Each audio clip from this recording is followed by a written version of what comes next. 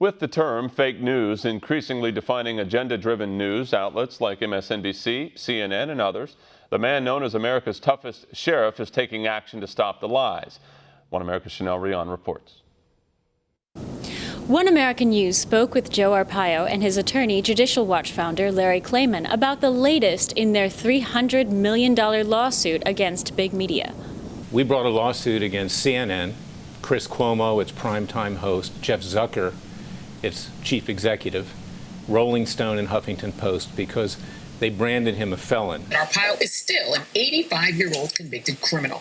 Controversial former Maricopa County Sheriff Joe Arpaio, convicted felon, then pardoned. CNN later asserted that Cuomo corrected the false statement. Klayman argues a larger, more malicious agenda was at play. By trying to defame Sheriff Arpaio because of his strong immigration policies, because he was a supporter of President Trump, because the president supports him, they tried to destroy the sheriff to get to the president on immigration. Renowned for being one of the first voices to sound the alarm about illegal aliens crossing our southern border, Arpaio is no stranger to leftist attacks, but says big media calling him a convicted felon was unacceptable to his legacy. I'm not a convicted felon, and people still look at me, a convicted felon. It's a misdemeanor, a contempt of court, same type of charge on a dog biting. I've been married 61 years. I have a family. We had 3 businesses. That's hurting my businesses.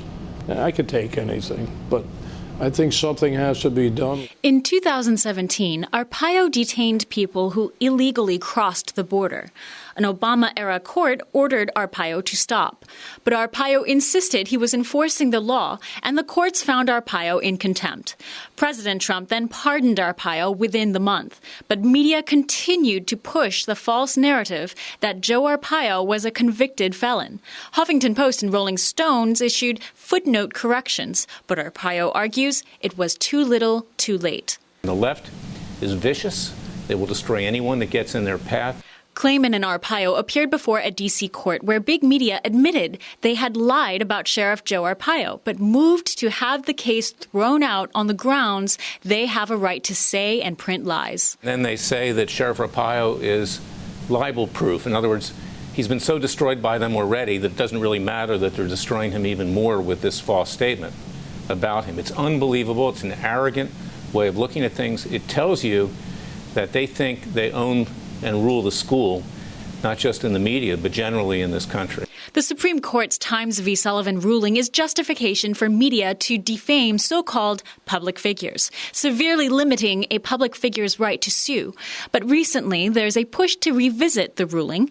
If there's a reckless disregard for the truth, that gets by New York Times versus Sullivan. That is actual malice. And then there's constitutional malice. That's just basically hating someone and wanting to harm them.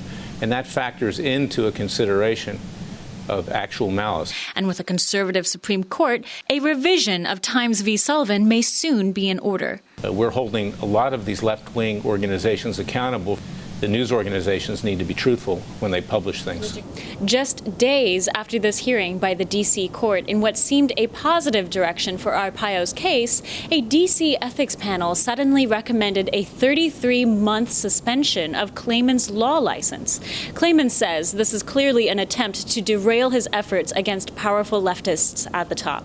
Rion, One American News, Washington. Want to see more videos like this? Click on the link below and subscribe to One America News on YouTube, and call your cable provider and kindly demand that One America News is added to your lineup. Call and subscribe today.